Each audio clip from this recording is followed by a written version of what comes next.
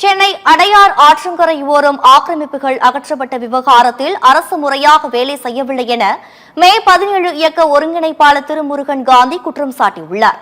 சென்னை பத்திரிகையாளர் மன்றத்தில் செய்தியாளர்களை சந்தித்த அவர், அடையார் ஆற்றங்கரை எதிர்ப்புறத்தில் தனியார் கல்லூரி, காசு கிராண்ட் உள்ளிட்டவைதான் உள்ளது எனவும், பெரிய நிறுவனங்களுக்கு ஆதரவாக அதிகாரிகள் செயல்பட்டு அநீதி இழைத்திருக்கின்றனர் எனவும் கூறினார்.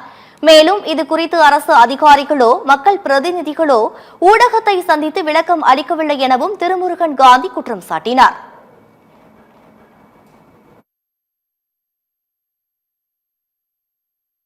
அந்த நீர்வளத்துறையினால் ஒரு கல் நடப்பட்டிருக்கிறது.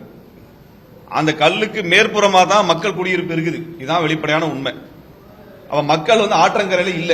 ஆற்றங்கரையில் யார் இருக்காங்கன்னா, இந்த மக்கள் இருக்க குடியிருப்புக்கு எதிர்ப்புறத்தில் இருக்கக்கூடிய பொறியியல் கல்லூரி இருக்குது, காசா கிராண்ட் இருக்குது, அதுக்கு அருகாமையில் காசா கிராண்ட் இருக்கு, 2 ப்ராப்பர்ட்டி இருக்கு.